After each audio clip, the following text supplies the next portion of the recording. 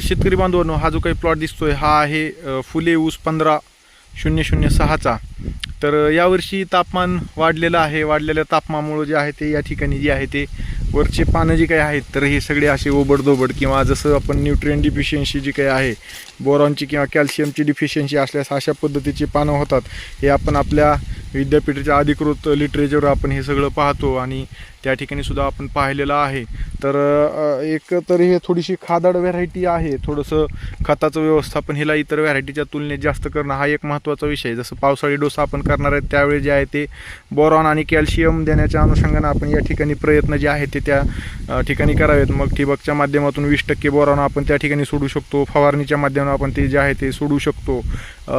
तो एक महत्त्वाचा विषय. त्याच्या पुढे जाऊन जर आपण 9-24-24 सारखं जर खत घेतलं ज्याच्यामध्ये की सगळे दुय्यम अन्नद्रव्यसुद्धा आपण त्या ठिकाणी आपल्याला भेटतात, तरीसुद्धा ह्याची पूर्तता जी आहे ते त्या ठिकाणी होऊ शकते.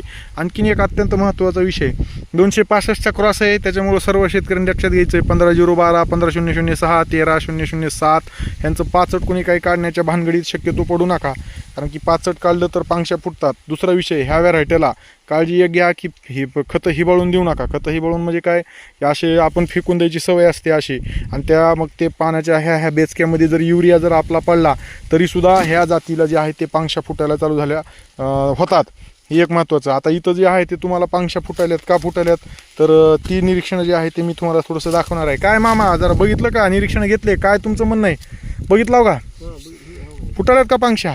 काय कारण आहे पांगशा फुटायचं, काय वाटतंय तुम्हाला?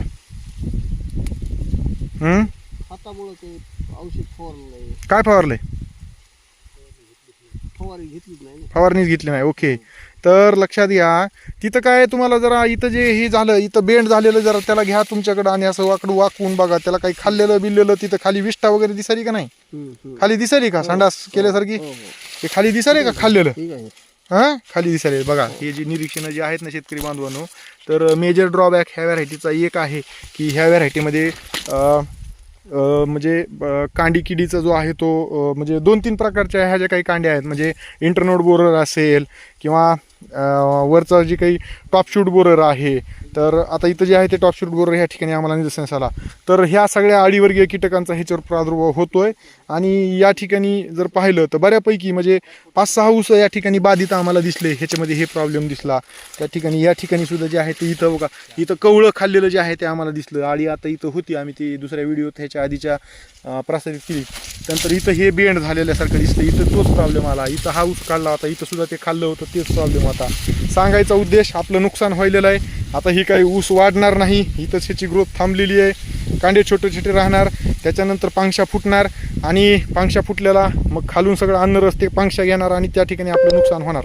तर त्याच्यामुळं काळजी एवढी घ्या की या ठिकाणी क्लोरांट्रिप्रोल जे आहे तर ते तुम्ही ग्रॅन्युलर स्वरूपात खताच्या माध्यमातून द्या, किंवा जे आहे ते कोराजन किंवा कुठल्याही कंपनीचं तुम्ही क्लोरांट्रिप्रोल जे आहे ते त्याचं 150 मिली प्रति एकर याप्रमाणे आळवणी जर आपण केली तर सुद्धा ह्याचं जे आहे ते आपण बंदोबस्त करू शकतो. पण त्याच्यापूर्वी सर्व शेतकऱ्यांनी एक लक्षात घ्यायचं आहे की जर ह्या किडींचा बंदोबस्त करायचा असेल तर सगळ्या गावानं जे आहे ते ऊस उत्पादक शेतकऱ्यांनी आपण त्या ठिकाणी जे आहे ते कामगंध सापळे जे आहे ते लावले पाहिजे. ही जी किडी ती त्याचे जे काही पतंग आहेत तर त्याचे नरपतंग जर आपण पकडले आणि ते जर नष्ट केले तर 100% या ठिकाणी जे आहे ते आपण काय का होईना, म्हणजे ही जी काही नंतर खर्च आपला जास्त रासायनिक ह्याच्यावर होणार, निविष्ठा होणार आहे, तर तो कमी करण्यासाठी आपल्याला कामगंध सापळे मदत करणार आहेत. त्यामुळे जास्तीत जास्त मास ट्रॅपिंग जर आपण केली आणि ह्यांचा जर बंदोबस्त जर केला तर आपल्याला निश्चित त्या ठिकाणी जे आहे ते आपल्याला फायदा होणार आहे.